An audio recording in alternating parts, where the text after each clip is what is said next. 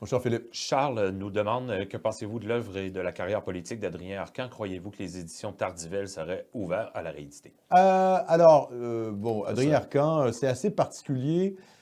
Moi, il faudrait consacrer comment je dirais, une émission complète à Adrien Arcan. Adrien Arcan est un catholique traditionnaliste plus qu'un fasciste, hein. Ça, c'est un truc, c'est ça, c'est un type assez particulier parce que c'est plutôt un contre-révolutionnaire plutôt qu'un révolutionnaire fasciste. Il a instrumentalisé l'imagerie fasciste pour finalement défendre ce qu'il voyait être la société chrétienne idéale. C'est plus un réactionnaire qu'un fasciste. Et dans le fond, sa pensée se rapproche plus de celle d'un contre-révolutionnaire que réellement d'un fasciste à l'italienne ou même d'un national-socialiste à l'allemand, hein. Adrien Arcan était un catholique traditionnel, et il a vu dans le fascisme un moyen de lutter contre l'effondrement occidental, notamment représenté par le judéo-bolchevisme. Donc, il a instrumentalisé un peu le fascisme pour combattre ça.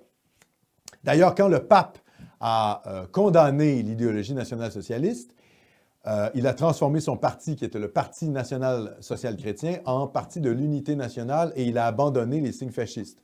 Donc, Adrien Arcan est catholique avant d'être fasciste. Déjà, il faut comprendre ça. Deuxièmement, Adrien Arcan est un ultra-fédéraliste.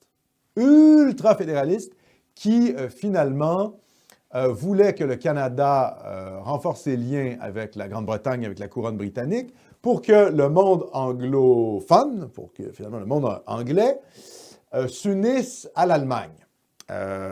C'était ça sa vision un peu des choses. À l'Allemagne hitlérienne, évidemment.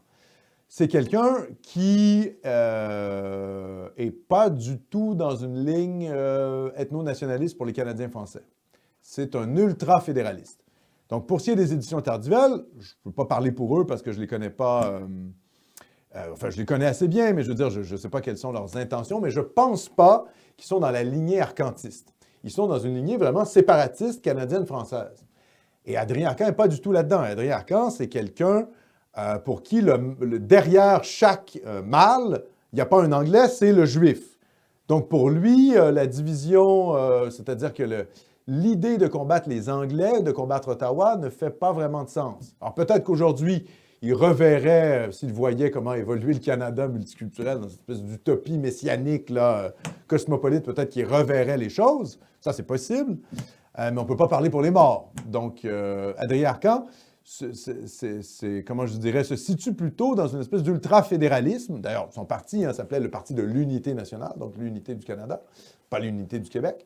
Et donc, je ne pense pas que les éditions Tardivelle vont sortir les publications d'Adrien Arcan. Mais écoutez, vous pouvez vous adresser directement aux éditions Tardivelle, hein, ils peuvent vous répondre.